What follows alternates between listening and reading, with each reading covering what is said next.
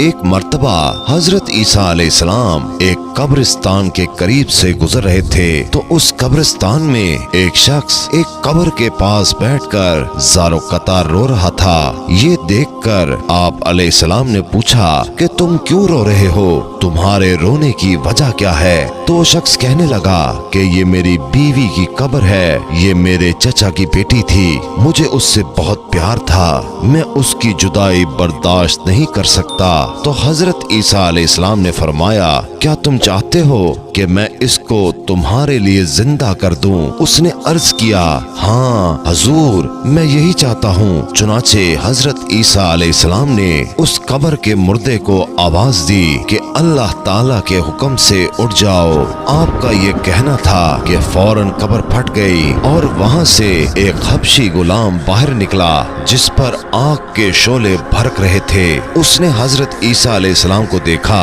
اور با آواز بلند کہا لا الہ الا عیسیٰ روح اللہ۔ اس کا یہ کہنا تھا کہ آگ فوراً بجھ گئی۔ تو اس شخص نے کہا کہ مجھ سے غلطی ہو گئی، یہ قبر میری بیوی کی نہیں ہے بلکہ دوسری ہے۔ یہ سن کر آپ علیہ السلام نے حبشی غلام کو حکم دیا کہ تم اپنی قبر میں واپس چلے جاؤ۔ چنانچہ وہ مردہ ہو کر اپنی قبر میں واپس چلا گیا۔ پھر آپ علیہ السلام دوسری قبر کے پاس تشریف لے گئے اور فرمایا کہ اللہ تعالیٰ کے حکم سے اے مردے تو زندہ ہو جا۔ آپ کا یہ کہنا تھا کہ قبر پھر سے پھٹ گئی اور اس میں سے ایک حسین و جمیل عورت باہر نکل آئی۔ اس شخص نے دیکھتے ہی اس کا ہاتھ پکڑ لیا اور کہا یا عیسیٰ روح اللہ، یہی میری بیوی ہے۔ حضرت عیسیٰ علیہ السلام ان دونوں کو وہیں چھوڑ کر آگے تشریف لے گئے۔ وہ اپنی بیوی سے مل کر بہت خوش تھا۔ کچھ دیر کے بعد اس پر نیند کا غلبہ ہوا تو وہیں سو گیا۔ اس کی بیوی بھی اس کے پاس بیٹھی رہی۔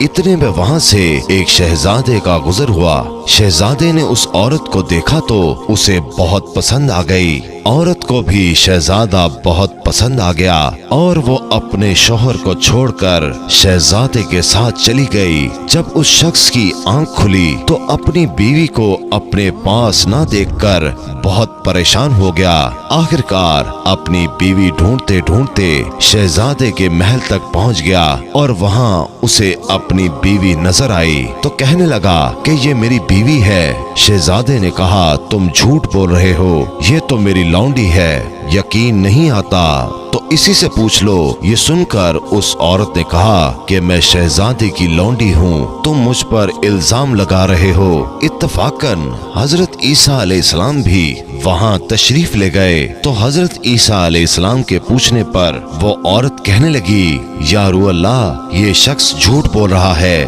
میں تو اس شہزادے کی لونڈی ہوں۔ حضرت عیسیٰ علیہ السلام نے فرمایا کیا تم وہ عورت نہیں جس کو میں نے اللہ تعالیٰ کے حکم سے زندہ کیا تھا؟ عورت نے کہا یا روح اللہ، باخدا میں وہ نہیں ہوں۔ اس کے بعد آپ علیہ السلام نے فرمایا جو جان خدا کے حکم سے میں نے تمہیں دی ہے اس کو واپس کر دے۔ یہ سنتے ہی وہ عورت پھر سے مردہ ہو کر زمین پر گر پڑی۔ پھر حضرت عیسیٰ علیہ السلام نے فرمایا جو شخص ایسے آدمی کو دیکھنا چاہے جو کافر ہو کر مرا تھا مگر زندہ ہو کر ایمان لایا تو وہ اس حبشی غلام کو دیکھ لے جو ایمان کی حالت میں مرا ہے، اور جو کوئی بھی ایسے شخص کو دیکھنا چاہے جو مومن ہو کر مرا تھا پھر اللہ نے اس کو زندہ کیا اور وہ کافر ہو کر حالت کفر میں مر گیا تو وہ اس عورت کو دیکھ لے۔ اس کے بعد اس اسرائیلی شخص نے قسم کھائی کہ میں اب کوئی نکاح نہیں کروں گا اور جنگل کی طرف نکل گیا